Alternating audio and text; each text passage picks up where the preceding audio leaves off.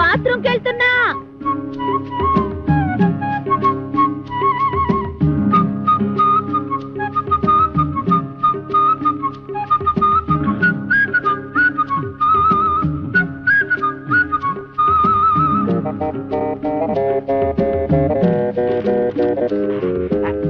వీరదాసు బావా, నువ్వు పూటుగా తిని నీటుగా తొంగుంటున్నావు.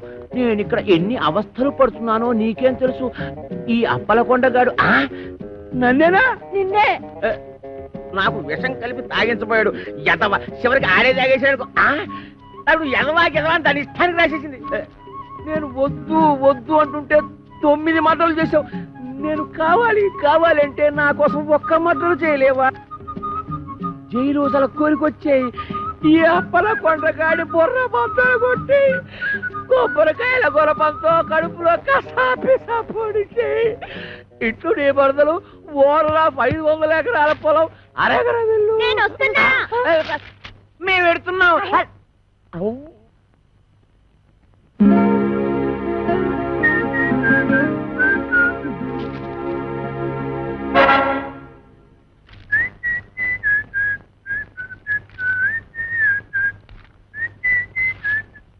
అప్పలకొండ దారికి సాపు.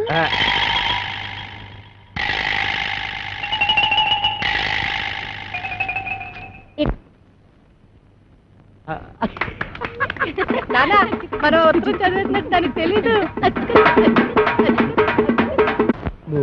అది ఏటన్నా అమ్మాయి గారు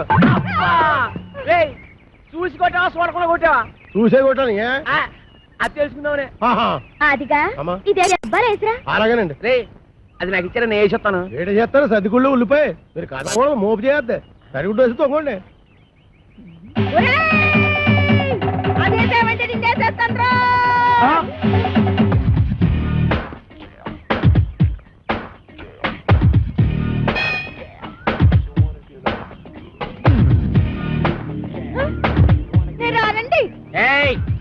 రమ్మన్నప్పుడు రా. ఏటండి ఇది? మీరెంత ఎస్ఐ భయంకర అయితే మాత్రం ఫ్యామిలీ లేడీస్ అంత భయంకరంగా పిలుస్తారా? ఫ్యామిలీ లేడీసా? అంటే ఫ్యామిలీ లేడీస్ మర్డర్ స్కోర్ చేస్తారా? ఏంటా ఇందాక నువ్వు గుణపెట్టి చంపేయబోయా చూడు అది. ఏంటి మా ఆవిడ ఈయన్ని చంపేయడమా? గుణపు పట్టుకెళ్ళి పొలంలో తేగలు తవ్వుకురారా అన్న కూడా చంపేయడమేనా? తేగలా? మేనల్లోనా? రాసుకోరా మేనల్లో తేగలంట. అరే పిల్లి సత్యనారాయణ గారా, మీరు ఇలా వచ్చారంటే? భయంకర నువ్వు ఎక్కడున్నావేంటి? మరి పోస్టింగ్ ఎక్కడైతే ఇంకెక్కడ ఉంటా ఏంటి? పురుటుకొచ్చావా? బాబోయ్ పురుడా? మొగోడిని పెట్టుకుని పురుడు అంటాడేంటి? ఓహో బాబు నీ చెవిలో తీసాను, చెవిలో పెట్టు. ఇప్పుడు చెప్పండి. ఈ వ్యధ వల్ల చాలా అవమానాలు పాలయ్యాను నేను. ఏం చేశాడు? నల్లమందు సందులో చెవిటి మిషన్లు దొరుకుతాయన్నాడు. అక్కడికి వెళ్ళి మిషన్ గురించి అడిగితే నన్ను అందరూ చెవిటి వాడి కింద చూస్తున్నారు. చెవిటాడు అన్నాడంటే ఇదిగా అంతొద్దు, నువ్వు ఆగు. మీరు వెళ్ళి కార్లో కూర్చోండి. ఏమన్నా అక్కడికి వచ్చి మాట్లాడుకుందామండి. ఇవే కరెక్ట్. ఉండు, వీడికో 2 మొక్కలు చెప్పి వెళ్తాను. నువ్వు ఎంత దుర్మార్గుడు అనుకోలేదు. కక్కుర్తి వేధవ. ఈ మిషన్ చూసి నీ సంబంధానికి ముచ్చటపడ్డాను కానీ నీ పిల్ల మొహం చూసి కాదు. నల్లమందు సందులో చంక నాకుపోయిన నా పరువు ఈ జన్మకి తిరిగి రాదు. అక్కడ నాకు జరిగిన అవమానానికి నీ మీద పగబట్టాను నేను. ఈ ముక్క చెప్పడానికి వచ్చాను, వస్తాను. బావగారు ముందు గుణపం సంగతి తెలుసు. ఏంటి గుణపం? ఏడు గుణపం. అగా మనం ఎలా మాట్లాడుతున్నారా? చాలా పద్ధతిగా మాట్లాడుతున్నాడు. ఆడు ఎలా మాట్లాడుతున్నాడు? దైద్యంగా మాట్లాడుతున్నాడు. ఏం చేద్దాం మరి? కొడదండి. ఇక్కడ స్టేషన్ లోనా? ఇక్కడేనా? ఆ. ఇలా వచ్చే హరి హరి నారాయణు ఆదినా కదలక ఆది నారాయణు.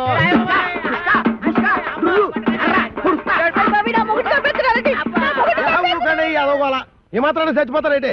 మతి చూసి లేకుండా కొట్టుకున్న వాళ్ళు మెతికెళ్తారేంటి? దెబ్బ మీద పడిపోగలదు. ఈ అమ్మాయి ఒంటి మీద ఈగ వాలిందో ఏం చేస్తాను? చంపేస్తానండి. ఎవరిని? అదే మన ఈగనండి. జోకులు వేస్తున్నామంట. జోకులు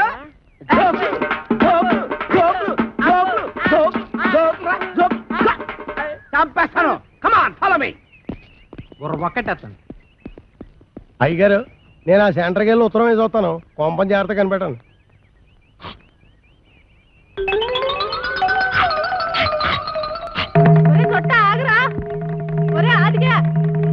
ఆగమంటుంటే అమ్మా నేను ఆగను.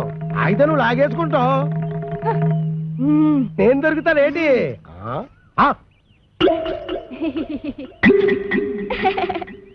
ఏదో ఫోటోలు ఇవ్వకు, ఫేస్ నెగటివ్ అయిపోద్ది.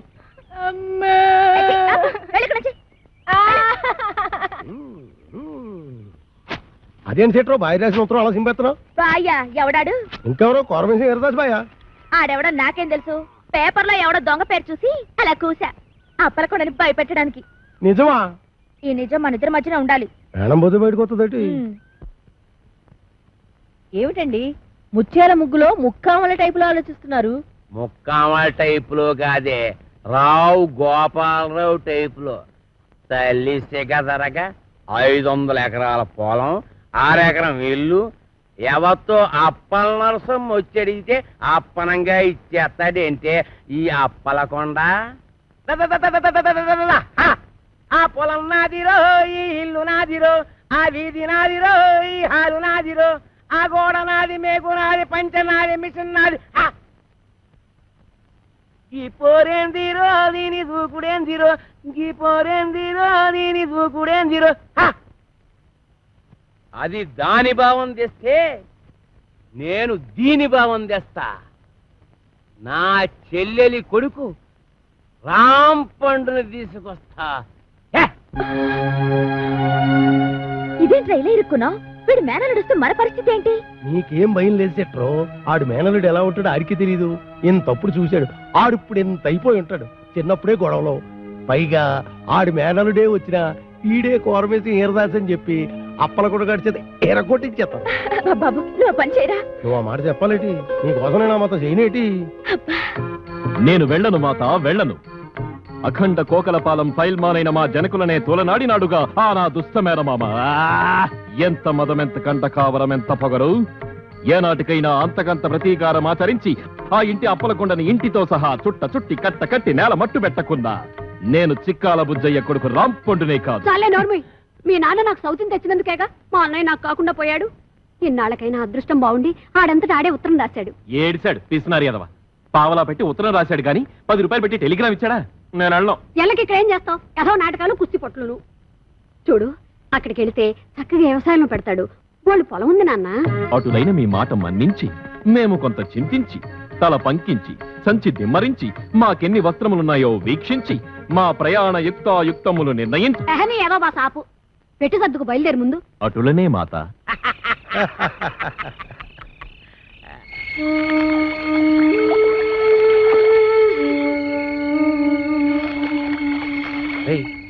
ఎవరాడే? ఒకవేళ నా మేనలు రాంపండి అంటవా? కొంపదీసి కోరమేసి ఈరదాసేమో. ఆడేనంటవా? అయితే నేను వెళ్ళి జనాన్ని మోపు చేసుకొస్తాను. నువ్వు వెళ్ళి ఆడవునో కాదు తెలుసుగా. అలాగే.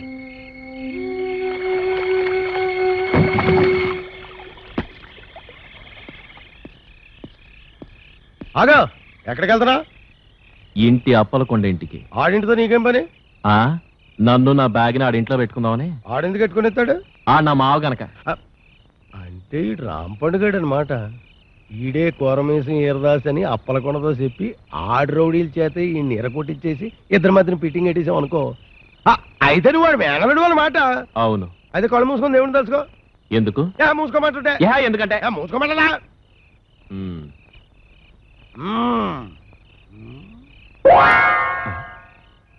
ఏడీడు ఇంకా రాలేదు. ఏమిటో నా అనుమానమే నిజమైంది. ఆడు కోరమేసి ఈరదాసే. ఆడితే నీకంత ఆనందం ఎందుకురా? ఊరికెళ్ళే మీతో నవ్వినా కోలే, ఏడ్చినా కోలే. ముందు ఆడు సంగతి చూడండి. అయ్యి బాబోయ్.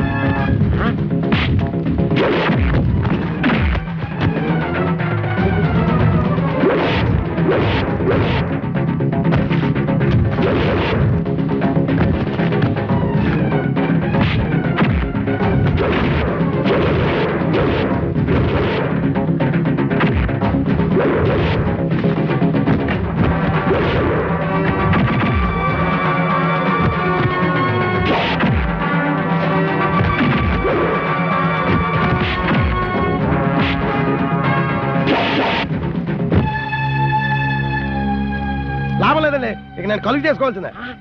శబ్బాష్ అది అది ఇలా నువ్వు సొట్టోడు అనిపించట్లా మగవాడు అనిపిస్తున్నావు వెళ్ళి చెట్టగొట్టే ఎగవని మీ ఏలో సరే ఇవ్వండి. కొట్టేట్టుకుంటా ఎట్టుకో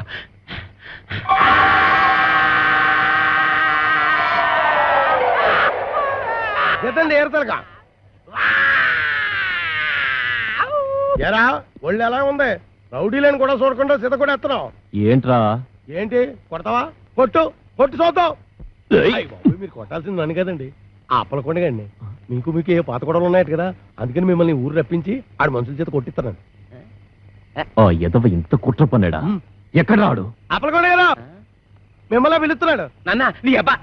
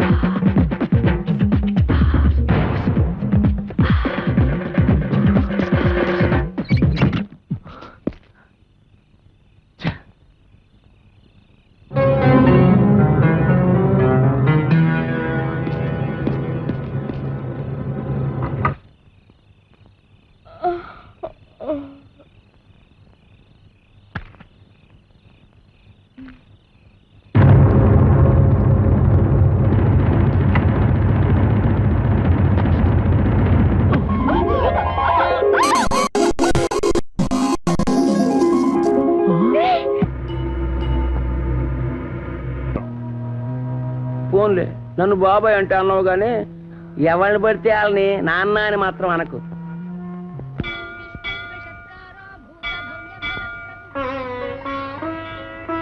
ఏమిటి ఆలోచిస్తున్నావు భాను? ఎదిగిన ఆడపిల్లకి పెళ్లి కాకపోతే అవ్వకపోతుందా అని 5-6 ఎదురు చూడొచ్చు. పెళ్ళైన ఆడదానికి పిల్లలు పుట్టకపోతారా అని 10 ఏళ్ళు ఎదురు చూడొచ్చు. 20 ఏళ్ళు అయిపోయిందండి, ఇంక మనకు పుట్టరు. భాను ప్లీజ్. నేను చేసుకోబట్టిగా నాతో పాటు నీకు శిక్ష.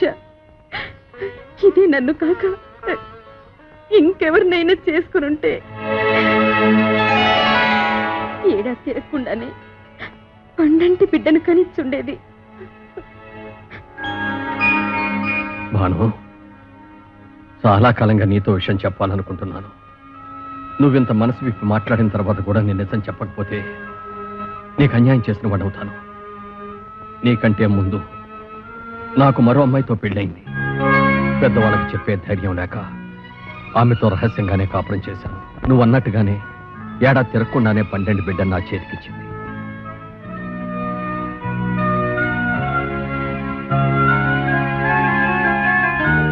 జనకి పాప చక్కగా ఉంది కదూ? ఏమిటి నిద్రపోతున్నావా? జానకి జానకి జానకి. అప్పటి నుంచి నా బిడ్డ ఓ అనాథలా పెరిగింది. ఆ రోజు నుంచి అప్పలకొండ ద్వారా దాని అవసరాలు తీర్చగలిగానే కానీ ఏ రోజున దాన్ని ఎదురుగా పడి నేను నిన్ను కన్న తండ్రి నమ్మా అని చెప్పలేకపోయాను.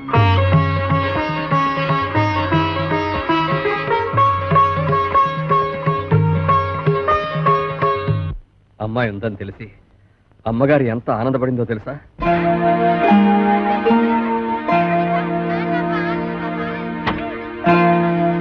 నమస్కారం అండి, బాగున్నారా? బాగున్నానమ్మా. మా కాంచనమ్మ గారు పిలుస్తాను రండి.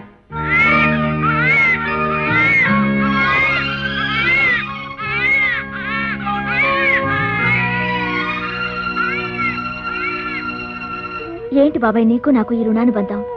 ఎందుకు ఇలా నెలలా వచ్చి నా మంచి చెడ్డ చూసుకుంటా? ఇంతకాలం మీ మంచి చెడ్డలు నేను చూశానంటున్నారుగా, ఇవాటి నుంచి నా మంచి చెడ్డలు మీరు చూడాలమ్మా. అదేంటి బాబాయ్? అవునమ్మా, ఇవాటి నుంచి కోటిపల్లిలో ఉన్న 500 ఎకరాల పొలానికి అరెకరం ఇంటికి మీరు యజమానురాలు, నేను మీ పాలేరుని. 500 ఎకరాల పొలానికి అరెకరం ఇంటికి నేను? అవునమ్మా, పట్నంలో ఇంకా మీకు కోట్లాది రూపాయల ఆస్తిపాస్తులు ఉన్నాయి. ఏంటి బాబాయ్ నువ్వు అనేది? నిజమమ్మా. ఎవరు మీరు?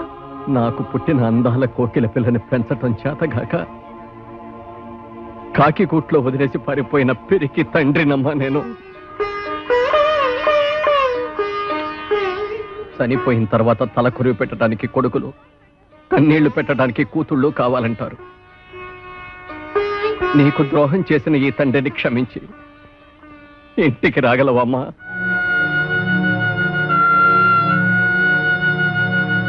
ఇక్కడ ఎంతో మంది అనాథలున్నారు.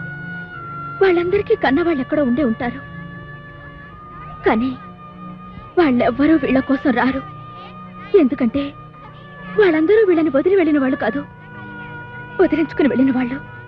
అలాంటిదే ఇప్పుడు మీరు నా కోసం వచ్చారు. ఇంతకాలం రాలేదంటే మీకేమి ఇబ్బందులున్నాయో. ఇంతకాలం నన్నెందుకు వదిలేశారని బాధపడటం కంటే ఇంతకాలానికైనా నా కోసం వచ్చారని సంతోషపడటం మంచిది కదా నాన్న. బాబాయ్, నేను జగన్మోహన్ రావు గారి కూతుర్ని. అవునమ్మా, నువ్వు నా కూతురువే. అమ్మా రామ్మా, మన ఇంటికి వెళ్ళిపోతావు. రామ్మా. నాకున్న బలంగా వచ్చేయాలనుంది నాన్న, కానీ ఎల్లుడితో నా ఎగ్జామ్స్ అయిపోతాయి. అవగానే వచ్చేస్తాను నాన్న. అలాగేనమ్మా, త్వరగా వచ్చేసి. అబ్బా, కాసేపట్లో దుర్ముహూర్తం వచ్చేస్తుంది. అలాగే. ఇప్పుడు నేను చాలా అర్జెంట్ పని మీద వైజాగ్ వెళ్తున్నాను. రేపు ఫోన్ చేయండి. వచ్చిన తర్వాత తీరిగ్గా మాట్లాడుకుందాం. ఓకే? సారీ, కాస్త లేట్ అయిపోయింది. ఏయ్, ఏమిటి ఇవన్నీ? అమ్మాయి మీద ఎంత ప్రేమ ఉంటే మాత్రం ఇవన్నీ అక్కడికి తీసుకెళ్ళి ఇవ్వాలా? ఇవన్నీ అమ్మాయి కాదండి, పాపం ఫ్రెండ్స్ అందరినీ వదిలేసి వస్తుంది కదండి. వచ్చే ముందు గుర్తుగా అందరికీ తలోటించుకుంటే దానికి తృప్తిగా ఉంటుంది. Very good idea.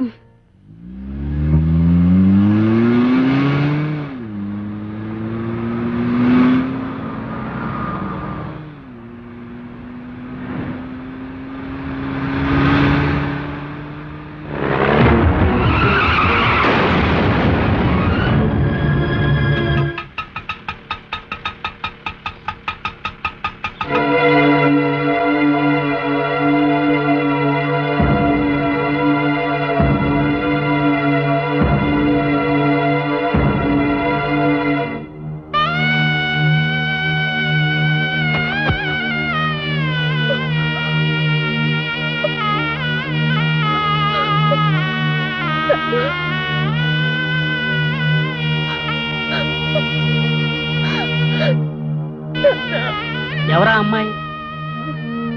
ఆయన కూతురా?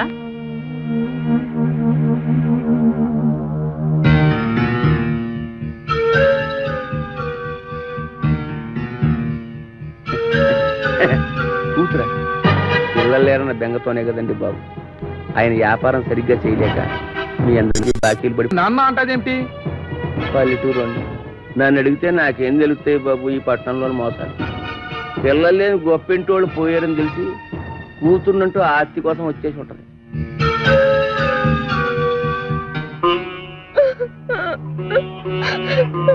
ఎవరమ్మా నువ్వు?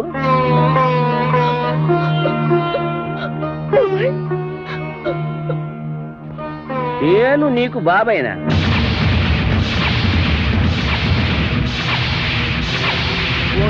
నన్ను బాబాయ్ అంటే అన్నావు గానీ ఎవరిని పడితే వాళ్ళని నాన్న అని మాత్రం అనకు.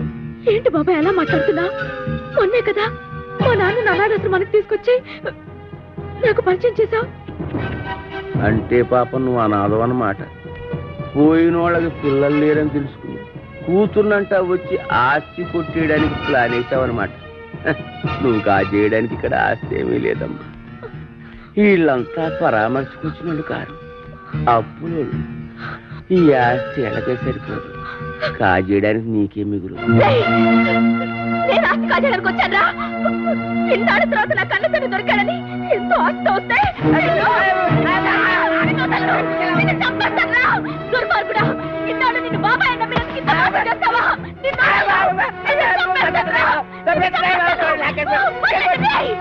నీకు మానవత్వం లేదురా. నీది ఒక బ్రతికేనా? నువ్వు ఇంటి దుర్మార్గుడు అనుకోలేదు.